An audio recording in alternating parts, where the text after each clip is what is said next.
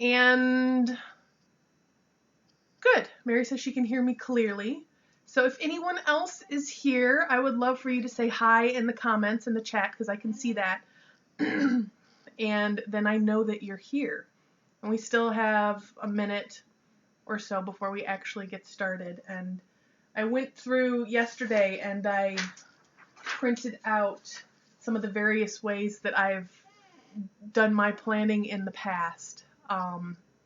So I have some of that sitting here. And I also found some things that I had created that I used for approximately 2 days and then went, yeah, I don't like this, and moved on. So I don't know if I'll share the 2-day ones, but I'll share some of the other things later. And let's see, so it's 2:30.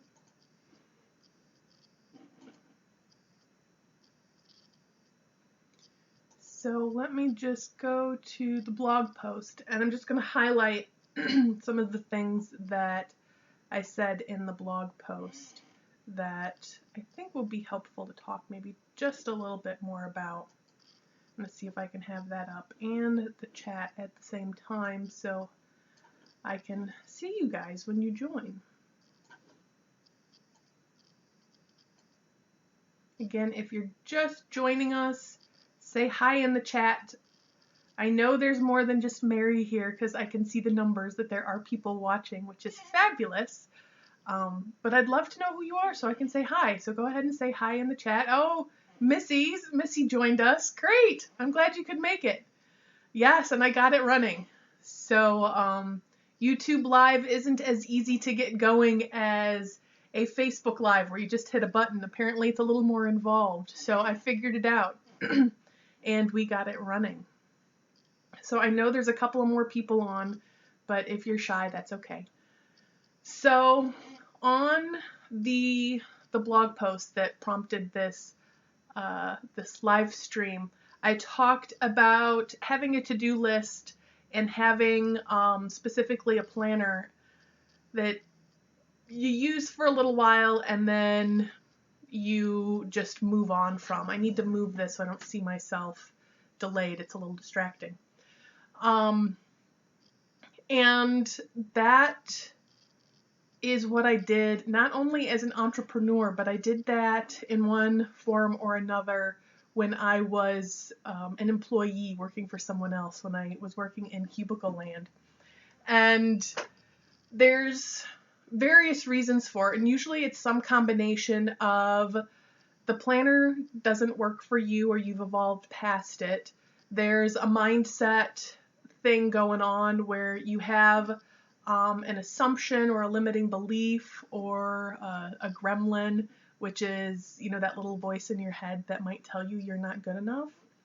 You have one of those things happening for you or a combination of those things happening for you, and it can really hold you back in getting the things accomplished and having the success that you want in your business or even in your job. But I work with business owners, so it's in your business. And then the third one is consistency. And usually that's actually a subset of one of the other two. But it's important enough to mention that I wanted to give it its own spot, because a lot of times when you have a business, it's really important that you're consistent. And there can be a lot of things that get in your way of being consistent, and that might be the way that you're handling things. So it could be, you know, you're using something or a process that doesn't really fit for the way that you work. And it can also be that you have, again, an assumption or a limiting belief or a gremlin telling you or giving you messages that are kind of holding you back. I know a big one for me has been work isn't something that you do to enjoy it. Work is something you do to pay your bills. You don't have to enjoy it. You just do the work, and it doesn't matter if you like it or not. So as you can imagine, if you're running your own business, if you're creating something that's a lot of work and you don't like it, you might be a little resistant to it. And if you start finding yourself really enjoying it, then your brain might be like, oh, well, you're doing something wrong then, because work isn't something you're supposed to enjoy. So there's a lot of levels to it.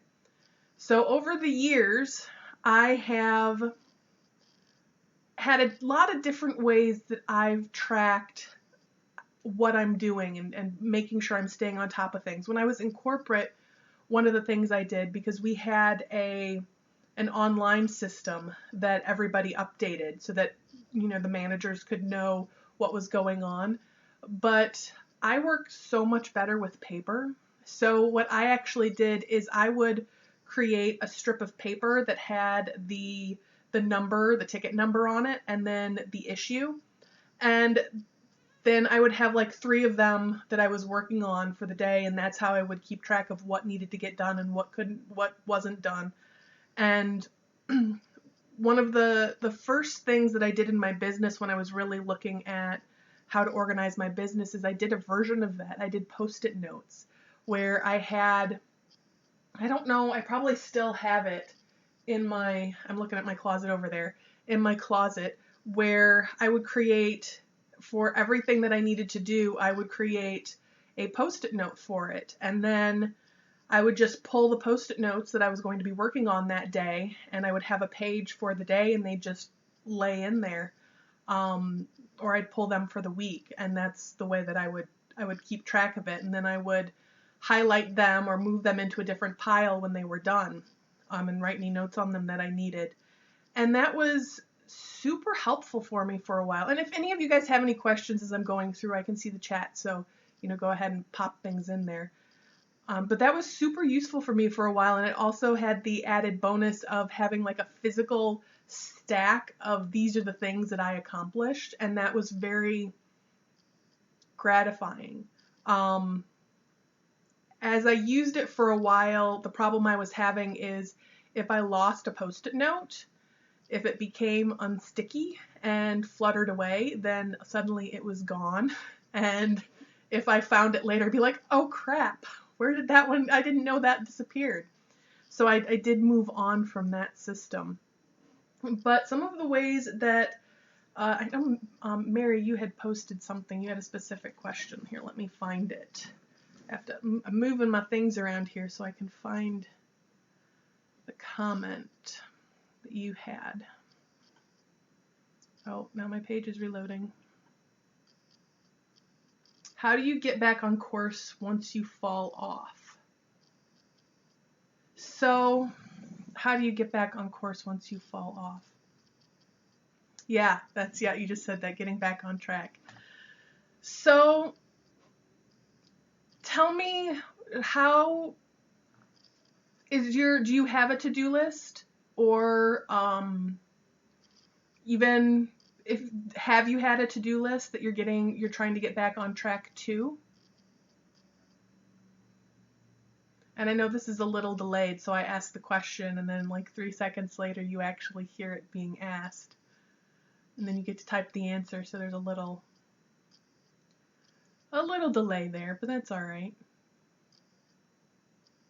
So you do have to-do lists. So it sounds like you probably don't need to do a big brain dump again and get everything out of your head. You could do that, is just start a fresh list and do a brain dump and write everything down.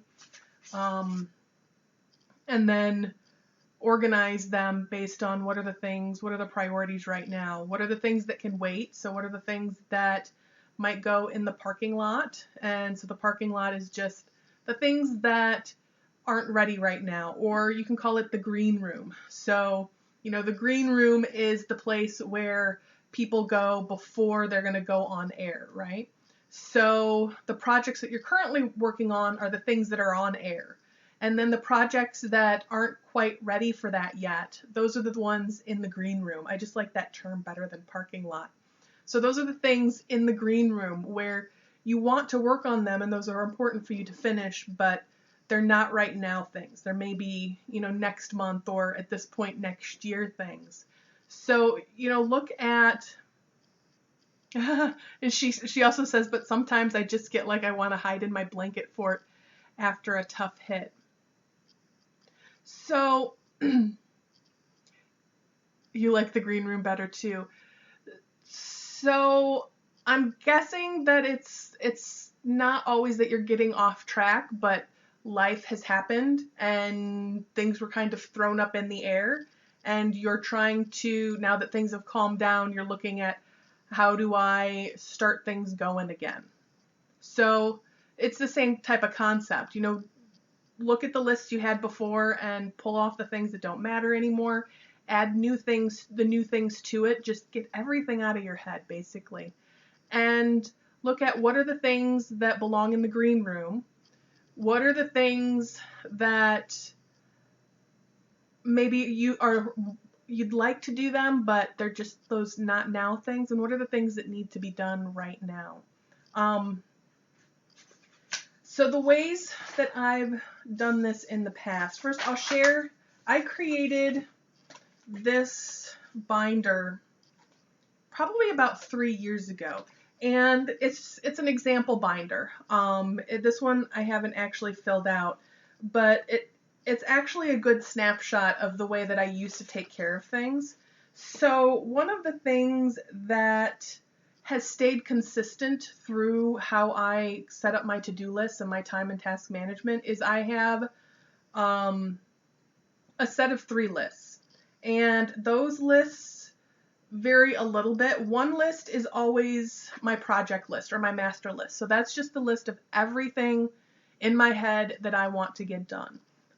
Those are the weekly things, those are the monthly things, those are the projects that I'm working on or I want to work on, and those are the projects that I know that are down the line. These are the green room things, the things that I want to do later. The second list changes depending on what's going on in my business. Either I have a monthly list, so these are the goals and the tasks for this month, and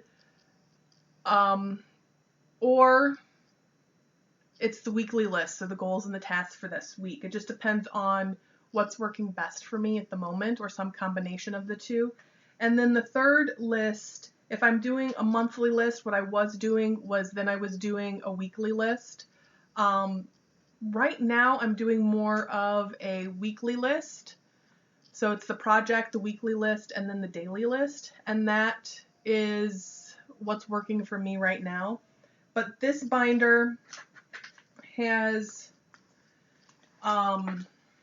things broke out as, I don't know if you can see that. So that's the weekly list, the monthly list, the project list, history. So when it's not that month or it's not that week, then it just goes there for reference. And then extra pages. So any extra pages that I need just to keep these sections a little smaller, the extra pages are here. So at this time, this is what was working for me really well. So we'll start with the project list. And the project list is super simple. It's just a piece of paper that's blank. And generally what I would do, because if you can see the way that this is lined out, is this is like a note-taking piece of paper, is you have the blank here, and then there's the lines here. So I put the project here, and then I put the details for the project over here. And I group them. So I might group them by, these are the things I want to do this month. These are the things that are in the green room. These are the tasks that I do every month. These are the tasks that I do every week. And so they would be listed. So it might say weekly tasks, and then over here would be a list of the weekly tasks. It might say monthly tasks, and then here would be the monthly task. And then another page might just be, website wish list, and then a list of the things that I would like to have done to my website. And then at the time, and I actually heard from somebody the other day that still uses this sheet. Obviously it's a blank one and it doesn't say September 2013. So yeah, 3 years ago, where it's the monthly view. Let's see, which direction do I need to move that? Like that. And at the beginning of each week, it kind of gives, these are the goals for the week. So I could plan out the month, and then I could just make notes for each day. And then goals and strategies for September, because this one, September 2013. So just what were the goals, whether it was income goals, whether it was how many people I wanted to talk to, how many new clients I wanted to sign up. Like I would put that there down here, and then I would fill in weekly what I needed to do to reach those goals, and then I could map out the daily. And then that brings us to the weekly tasks. And so I would just make a list of everything that needed to be done. And I'd start with the things that need to be done every week. So for me, that's my blog. And I would list out the things that needed to happen for my blog. So for my blog, I need to write the blog. I need to write the note for the blog. I want to go through and edit and tweak those things. Then I create an image for that blog. If I want to. I don't always do that, but generally I do. And then I copy that blog to various places. So I copy it, generally I write it in Aweber, which is what I use to send out my newsletter. And then once it's written and edited, then I'll copy it into my website, to the blog area, and then I'll copy it into LinkedIn. And then it's in all of the places that it needs to be. I'll upload the images and schedule any social media that needs to happen. So I would list out each of those steps here so that I had them, so I can see, okay, this is where I am, because sometimes you get through, step 3, and then you stop and you run off and you do something else, and you come back and you're like, I think I finished this. And then you find out you're wrong, or I find out I'm wrong. So this is the way that I used to do it. Let's look at some of the, and again, if you guys have any questions, feel free to pop them in there. One of the things that I did for a while was, this is a blank one. It's filled in with personal training because I used to do that every Monday, Tuesday, Wednesday, as you can see. And I would just go through and I'd put in my appointments for the week. And let's see if we can fix the lighting a little bit. That helps a little bit, right? I put in my appointments for the week and then fill in the tasks that I wanted to do in between. The problem that I had with this is I was scheduling my week out all the way through Friday, on the previous Friday or the weekend. And if something took longer than I expected, then suddenly everything was thrown into chaos for my week. So I don't do that anymore. I do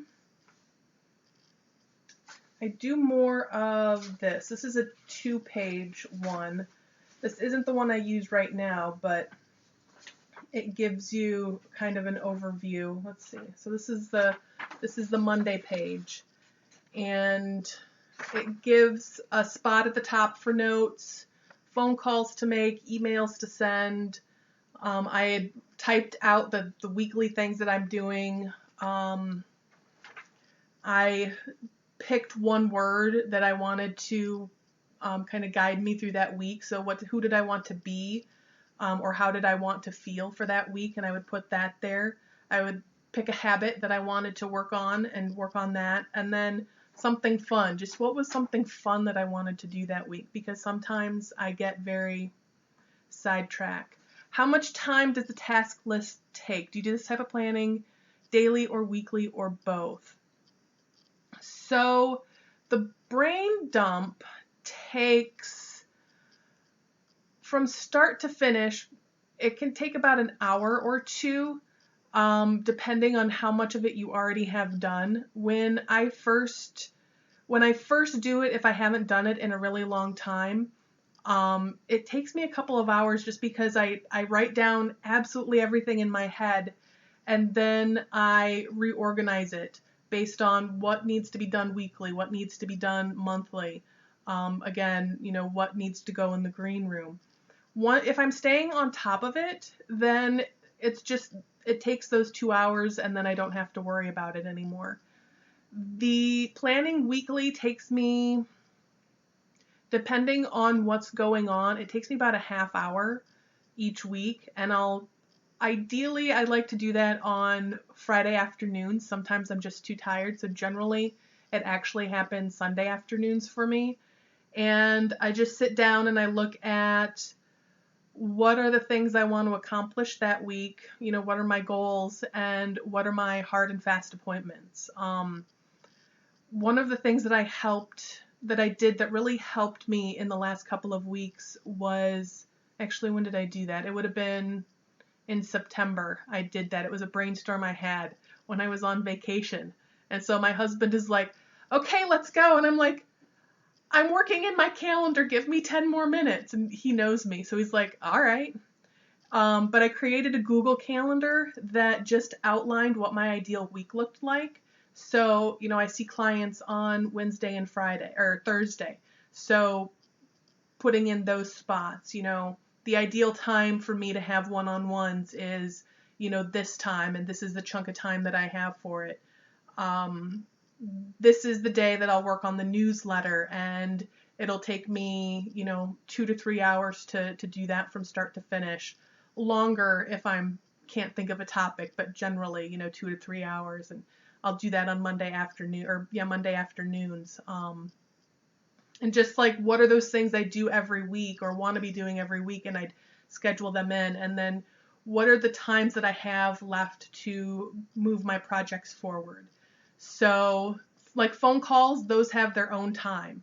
But then because I created that separate Google Calendar, it allowed me to really easily see, okay, well, if I don't have a client scheduled for Wednesday morning and somebody wants to know if I can meet for a one-on-one with them on Wednesday morning, then I can go ahead and do that. But if my project time is,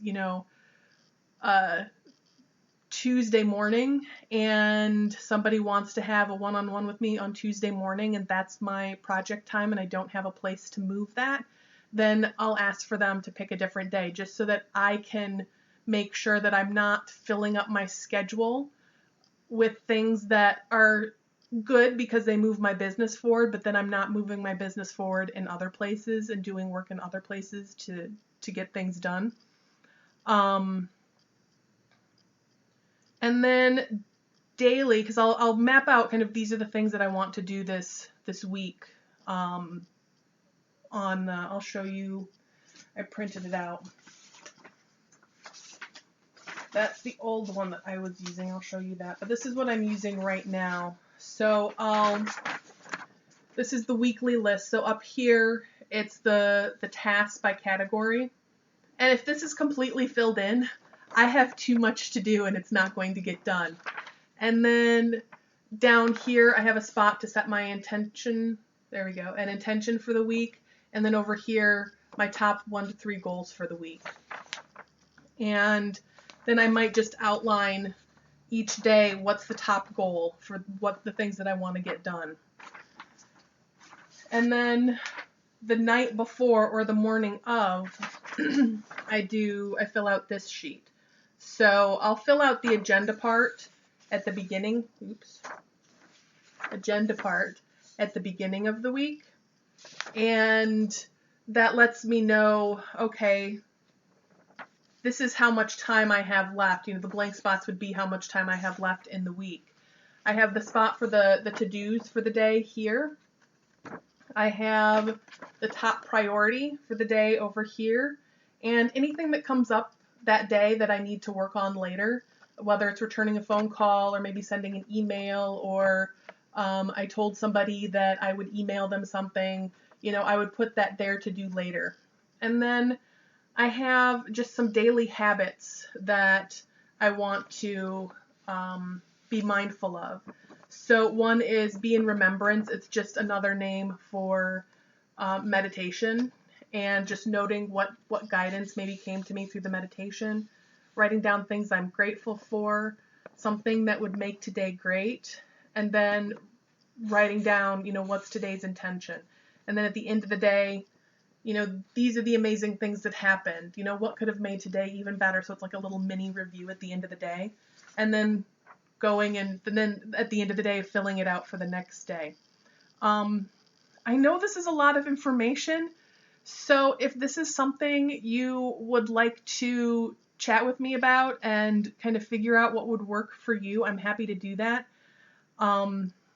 This and we can talk about what it might, like creating something like this might be for you, so that you have that. I use, where'd that binder go? I use Circa notebooks from Levenger. There's a system that's the name I can't remember at Staples that is interchangeable with this one. And I like this because it puts the things together without being a binder. So I have a binder right here. So where a binder doesn't, is bigger at one side and doesn't sit flat, this will sit flat. This will pretty much sit flat because it only has these little pop-ups here.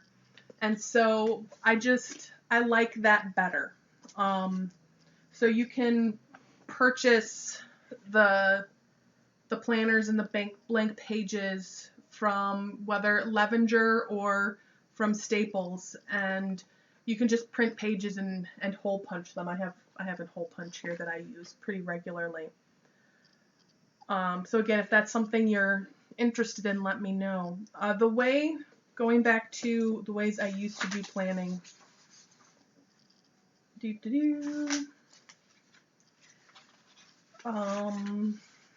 There it is. This I can't create for you because this is just for me, because it's from, I think, Planner Pad. And so if you like this layout, then I would recommend creating it for yourself, or even better, purchasing it from Planner Pad, because this is a variation of what they do, where it's the weekly category capture, and then it cycles down to the daily, and then there's the agenda for each day below. I used that for about a month, and it really helped me keep on track, because everything that I needed to do was in one spot, and then the things for the day were also right there. I have found, though, for me more recently, that it goes through cycles, but it's more helpful for me to only look at what are the things I'm doing today. There's a really simplified one too, that if you're just looking for a quick and easy thing to do, is weekly think about what are the most important things that you need to do this week. What are the 1 to 3 most important things you need to do this week? What are the 1 to 5 secondary tasks that need to be done? So those are the things that'll get done after the most important tasks. And then what are the 1 to 5 other things that need to get done this week? So that way you're kind of prioritizing what needs to get done. And then, so that's the week. And then for the day, it's what are the 1 or 2 most important tasks for the day? What are the 1 or 2 secondary tasks for the day? And what are the 1 or 2 other tasks? And so by the end of the week, you've made some good progress, because you've gotten at least 3 things done every day. And ideally, your most important task for the day is something that's going to move your business forward. So it's a project you're working on that's going to, increase the revenue in your business or help you grow your business, or it's a task that you're wanting to get finished because it will grow your business. That's a real easy way to start, where you can just number those things out. You can do it on a piece of paper, and you don't have to have any fancy pages that anybody created, and it's really powerful. One of my clients just used that, and she's like, it made such a difference, because she has, those are the 3 things or the 5 things that need to get done today, and if she knows they need to get done, then she'll do them.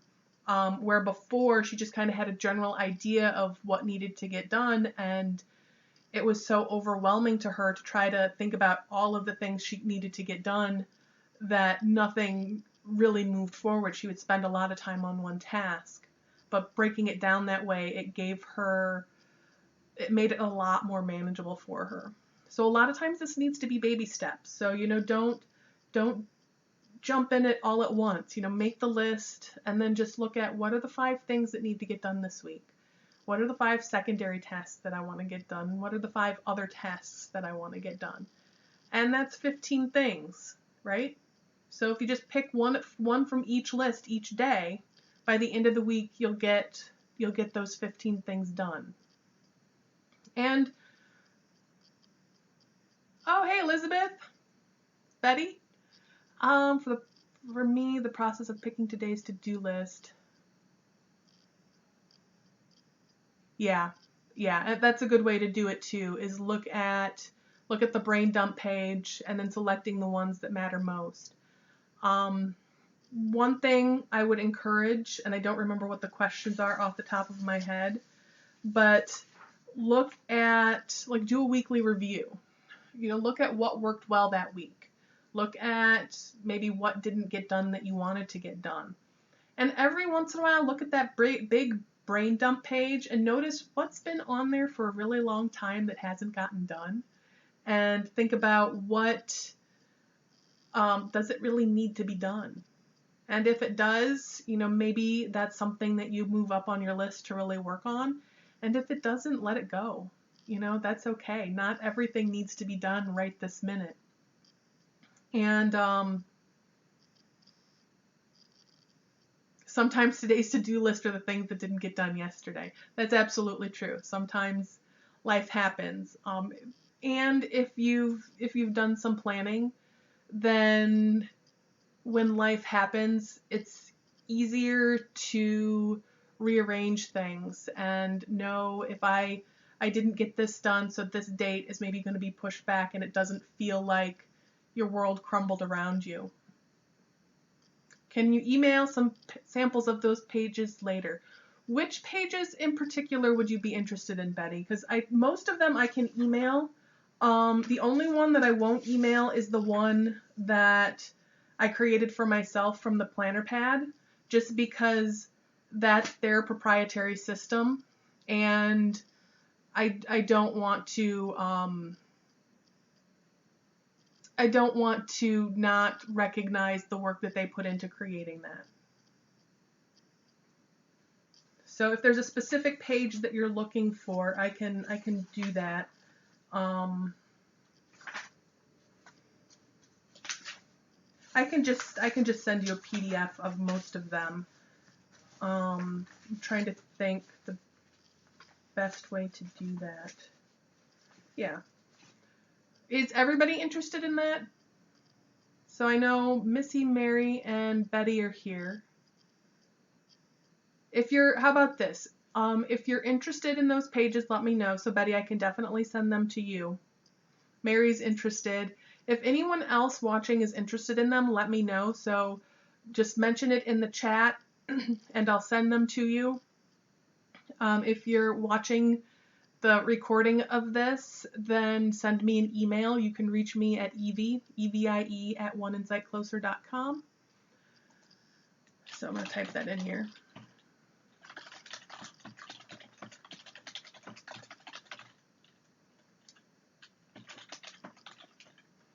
So we'll see what kind of spam I get from that. So I just typed it out like that so that you can see what my email address is.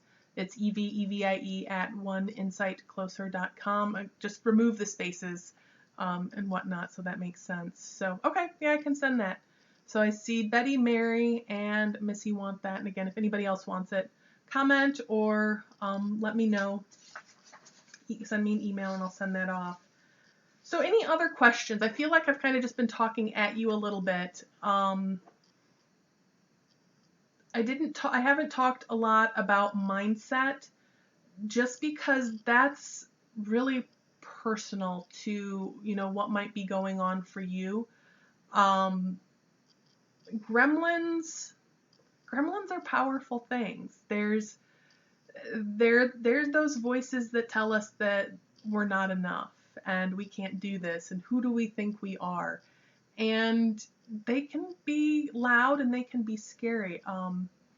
I love what I think it was Elizabeth Gilbert said in a podcast I was listening to. She said, and she didn't use the term gremlin, but that's what she was talking about. She said, that part of you is always going to be there, but it's about how you handle it.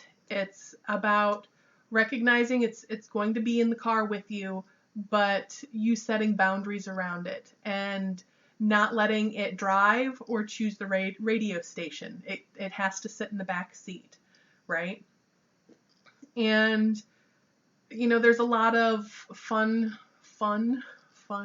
things you can do to work with your gremlin too. And one of those, if I just had a quick tip, is just notice when it's your gremlin talking, and that a lot of times is any time that you're feeling not enough of anything, that's the gremlin. Or any time you're feeling like you're a fraud, that's the gremlin. And recognize it and tell it, okay, I hear your concerns. Thank you for sharing. Now you are going to get in the back seat and I'm going to continue on my way. And just acknowledge, just notice what you're feeling and kind of pat it on the head and tell it to move on. Gremlins usually develop as a way for us to protect ourselves, right? Something happened when we were a kid or a teenager, and a part of us learned, if I speak up in class and I'm wrong, then, somebody's going to make fun of me. And so we learn not to speak up, and the gremlin wants to protect us. And so it says, oh, you're feeling like you're going to speak up, and, bad things happen when you speak up. And if you give yourself another experience around that, if you tell your gremlin, thank you, but I got it, and then give yourself another experience of speaking up in this particular example and things going really well, then the gremlin learns that that's okay. And it can take a couple of times, and there's usually, lots of pieces to that onion, but if you do the work, you'll come out on the other side. We are at 40 minutes. I don't think I have anything else off the top of my head. A lot of me rambling, so thanks for bearing with me. So does anybody have any other questions?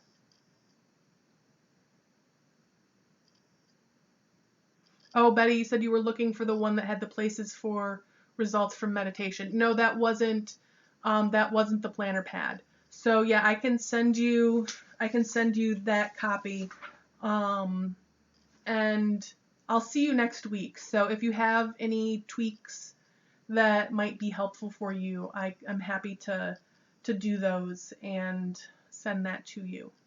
So any other questions or comments before I close up? You can tell which direction I'm looking for the comments. So thank you everyone for being on this inaugural session. Every once in a while I can't pronounce words. And I think this is going to be a weekly thing. We have your address, Mary says. Yes, you do. This is going to be a weekly thing, and the topic will change each week. I might do a different format sometimes. Oh, good. Betty says it doesn't feel rambly. I'm glad. I was afraid that it might have felt a little rambly because I was just going off of the top of my head for some of it. So I'm glad. All right. So if you think of any questions later, just reach out and let me know. I'm happy to share with you any information I have and be a resource and help you out. So let me know if you have any questions. And like Mary said, you have my address. And again, thank you for being on this first session. The day and the time might change going forward, but I think these are going to be weekly occurrences, and it'll evolve as we go along, I'm sure. So thank you for your time, and I will see you in real life and on the computer next week. Much love to everybody. Bye.